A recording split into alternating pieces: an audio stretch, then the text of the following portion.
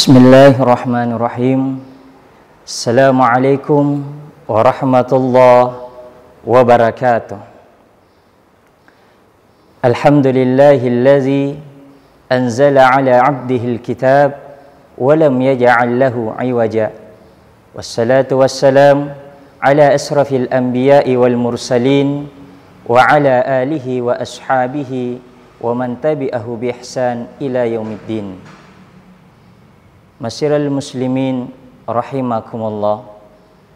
Alhamdulillah, kita masih diberikan kenikmatan untuk melakukan ibadah di penghujung Ramadan ini.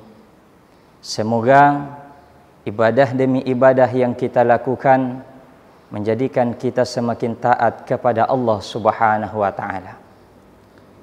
Hadirin yang dirahmati Allah Subhanahu wa taala, dalam surah Al-Furqan Allah Subhanahu wa taala mengabarkan kepada kita bahwa ada satu momen dalam perjalanan Rasul di mana Rasulullah sallallahu alaihi wasallam mengadukan umatnya kepada Allah. Dalam surah Al-Furqan ayat 30, Allah tabaraka wa taala mengabarkan kepada kita, wa qala Rasul ya Rabb inna qaumi ittakhadhu hadzal Qur'an mahjura. Rasul sallallahu alaihi wasallam mengadukan kepada Allah Subhanahu wa taala, ya Rabbi, wahai Tuhanku, inna qaumi, sesungguhnya dari umatku, ittakhadhu hadzal Qur'an mahjura, ia meninggalkan Al-Qur'an, ia mengabaikan Al-Qur'an, ia mengacukan Al-Qur'an. Sedangkan kita ketahui bersama sebagai orang yang mengaku beriman kepada Allah, Al-Qur'an Allah turunkan hudan linnas, sebagai petunjuk bagi kita, sebagai petunjuk dalam menjalani kehidupan kita di dunia ini. Hadirin yang dirahmati Allah Subhanahu wa taala, sedikit di antara kita yang hampir-hampir meninggalkan Al-Qur'an, bahkan berlalu waktu, berlalu umurnya dalam hari demi hari, belum juga ia mendekatkan dan mengakrabkan dirinya dengan Al-Qur'an. Berapa sering kita membuka HP kita, melihat sosial media kita, Facebook kita, Instagram kita, WhatsApp kita, dan berapa sering kita membuka Al-Quran. Coba kita bandingkan, hadirin yang dirahmati Allah. Jangan-jangan kita termasuk di antara orang-orang yang Rasul adukan kepada Allah dalam surah Al-Furqan. Jangan-jangan kita termasuk orang-orang yang mengabaikan Al-Quran. Jangan-jangan kita termasuk orang-orang yang meninggalkan Al-Quran. Sesibuk apapun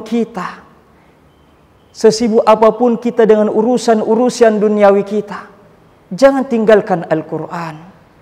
Kalau kita tidak bisa membaca Al-Quran pada hari itu satu surah, maka bacalah Al-Quran satu ayat. Kalau dengan semua pekerjaan kita, kesibukan kita tentang urusan duniawi ini menyebabkan kita betul-betul tidak bisa membaca Al-Quran, walau hanya satu ayat, faqra'ul Qur'ana walau harfan, baca Al-Quran walau hanya satu huruf.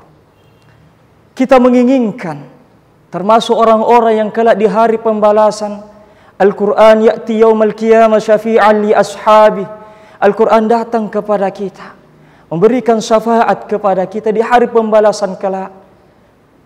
Namun mustahil kita termasuk golongan orang-orang yang mendapatkan syafaat Al-Quran kalau di waktu luang kita, di waktu lapang kita, di waktu senggang kita, ketika Allah berikan kepada kita kesehatan, ketika Allah berikan kepada kita kelapangan, kita tidak mengakrabkan diri kita membaca Al-Quran. Olehnya, di momentum Ramadan ini, kita kembali mengakrabkan diri kita dengan Al-Quran. Kalau kita mencari waktu-waktu yang lebih baik dari Ramadan, maka kita tidak akan menemukan waktu sebaik bulan Ramadan untuk mengakrabkan diri kita dengan Al-Quran. Al-Quran diturunkan di bulan yang penuh berkah ini. Hadirin yang dirahmati Allah Subhanahu wa taala. Olehnya, kalau kita mampu menyibukkan diri kita menikmati setiap film demi film yang kita tonton, setiap majalah demi majalah yang kita baca, setiap koran demi koran yang kita baca, kita nikmati, duduk berjam-jam karena asik menikmati semua itu. Lalu mengapa perasaan-perasaan seperti itu kita tidak bisa hadirkan ketika kita berhadapan dengan Al-Quran? Semoga Allah gerakkan hati kita kembali untuk akrab dengan Al-Quran. Semoga dengan kembali mengakrabkan diri kita dengan Al-Quran, Allah turunkan keberkahan dalam kehidupan kita. Dan semoga kita diwafatkan dalam keadaan terbaik, itu dalam keadaan membaca Al-Quran. Semoga Ramadan kali ini menjadi batu loncatan bagi kita untuk bisa kembali mengakrabkan diri kita dengan Al-Quran.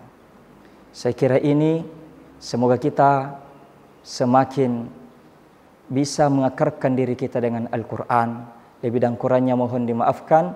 Hadanallahu wa iyyakum ajma'in. Assalamualaikum warahmatullahi wabarakatuh.